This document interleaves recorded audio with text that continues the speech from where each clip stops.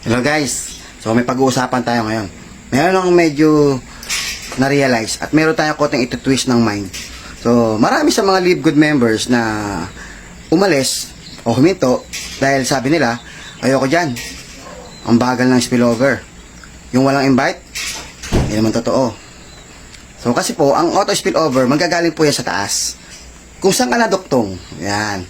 So yung iba kasi naghihintay kasi yun lang inaasahan nila.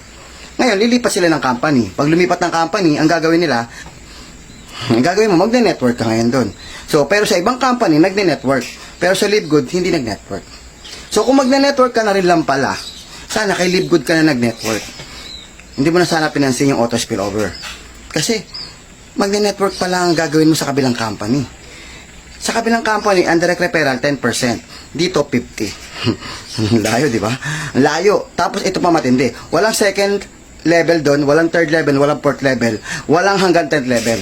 Kay Live Good, kahit silver ka pa lang, hanggang fourth level ka na.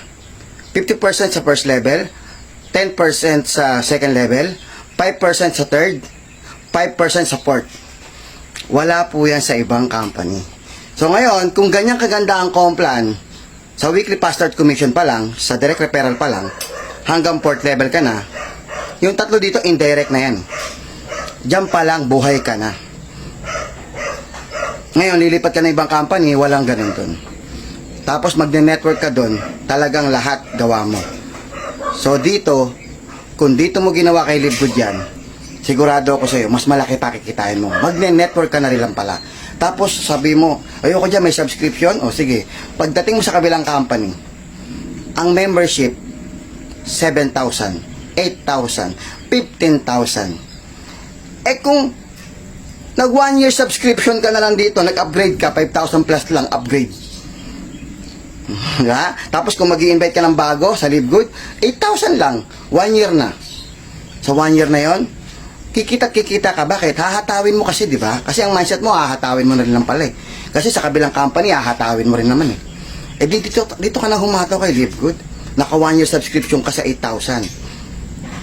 Gawin mo 2 taon. Ang total niyan, 14,000 or 15,000 na natin. Kasama na yung one-time $40. Nakuha niyo yung punto? Pag nag-invite ka ng bago sa ibang company, papasok 8,000, 10,000. O dito ka mag-invite ng 1 year subscription. 1 year agad. Nakapag-network ka, ang ganda ng complan mo, lumalaki grupo mo, hindi ka na umaasa sa auto spillover. Ikaw mismo, nag-i-spillover.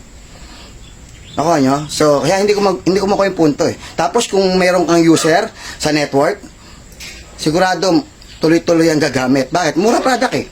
Kung meron kang seller sa grupo, sigurado matutuwa kasi naka-dropshipping ka. Kahit retail price, mura pa din. Tapos, kaya mong i-network international.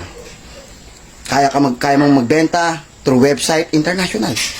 Guys, at American company.